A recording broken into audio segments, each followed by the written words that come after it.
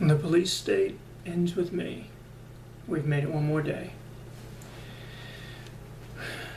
When you have a for-profit justice system where there's great money to be had, stolen, and people that enjoy hurting other people, psychopaths and sociopaths, you have a perfect storm to attract the worst type of criminals. See, there are unfortunately many people out there that get a kick out of harming other people, and it is that much sweeter to them to harm an innocent person because that is the real power to them. I mean, causing harm to someone they deem as deserving it is far less enjoyable to a psychopath than someone they deem as innocent, because that is real power to the power-hungry person, harming an innocent person. Most people seem to think of criminals as stupid, but the worst kind of criminal are the smart ones. When we set up a system with unchecked power and no oversight, our police, the Bartlesville police, district attorneys and judges, then what kind of person is going to gravitate to these positions when they know there are no consequences for behaviors? You'd like to think people that want to do some good would get into the system, but what we have are smart criminals that protect their own and want in these types of positions so they can do their criminal activities, corruption and behaviors with no consequences. They are the smart criminals. I mean, it's bound to happen when you have a system set up for that, with no consequences and oversight. These are people that love to punish, especially the weak, poor, minorities, innocent, and helpless. Remember, we in the United States of America have only 5% of the world's population, but 25% of the world's prisoners. That is fact. 5% of the world's population, but 25% of the world's prisoners. The USA has more prisoners than any other country in the world, both in total numbers and by percentage of population. No matter how you look at it, we have the most prisoners in the world. We beat out countries like North Korea, Russia, Iran, Iraq, and Afghanistan. Also, basically all of Europe combined. We are the incarceration nation. When is it enough? Is this something to be proud of as an American?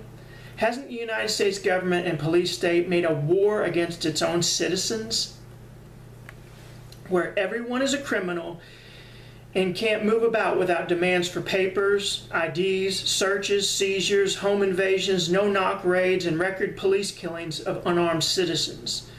The USA police kill more citizens in 1 month than an entire countries do in 100 years of their existence. It is that bad, folks. You can look that up. Don't take my word for any of this. In 1 month, the U.S. police kill more of its own citizens than entire countries do in hundreds of years. It's that bad. 1 month.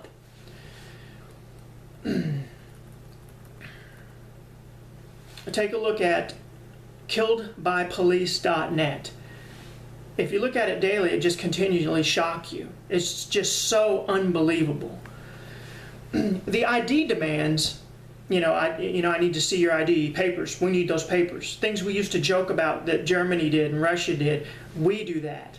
America, you can't go anywhere without being ID'd. And I don't mean to get on a plane. I mean just walking down the street. The ID demands and paper demands are really just reasons for the police to gain contact with citizens, so the police can then escalate the event into an arrest, to feed the for-profit prison system, or seize money or property or assess fines. That is all they care about, folks. And don't take my word for it. You do know this, right? I'm going to say something. You should know this. And if you don't take my word for it. Research it. You know that the Supreme Court ruled that police have no obligation to protect and serve the public. Right? You know this. Look it up. The Supreme Court has ruled this. If you call 911 for help, The police have no legal obligation to come or to help you. See, legally speaking, the police are only the lethal arm of the government, and that is all. They are armed enforcers of the government. Those words, protect and serve, written on the sides of police cars are just propaganda. The police are the lethal force of the government in place to keep the citizens in check and down, and the government strong. Those are not my opinions. Do some research. That is the legal standing of the police state. Read some Supreme Court opinions on the subject. One thing I do and have been doing for decades is, of course, I read media. I read everything that comes, that I can find. But once a week, I go out and I read every new legislation in my state and the federal government, and I read every Supreme Court decision, and I read every law signed in place by the president. And I read every veto law as well in both state, which would be the state of Oklahoma, and the federal. I do that every week. And the reason is you do not get this information from the media, because the media are owned by 5 or 6 large corporations, and they just do whatever the government tells them to. There are only a few small media outlets that aren't owned by large corporations. So you need to go out and read those. And I know you may not have the time. Well, read as much as you can. Read, one of the things like something that's shocking that didn't get into the media last year or a couple of years ago in Oklahoma is they made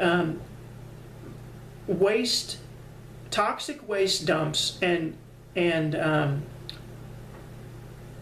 nuclear waste dump, toxic and nuclear waste dumps in the state of Oklahoma.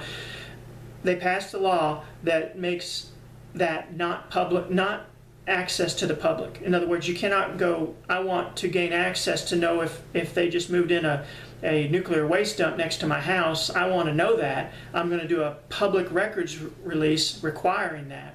They made it illegal to do that. The public cannot know. So you could be living right next door to a nuclear waste dump in the state of Oklahoma, and you would not know that.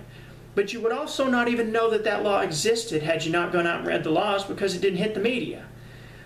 I mean, there are things like that passed all the time. Just like the Supreme Court ruling saying that, the police have no legal obligation to help you. 911 is a farce. I used to be an EMT, and I wouldn't say that that's a farce to have the ambulance come, but, the police are different than the ambulance. Most ambulance services are privately owned, and most EMTs are privately employed. They're not government. Not all, but most.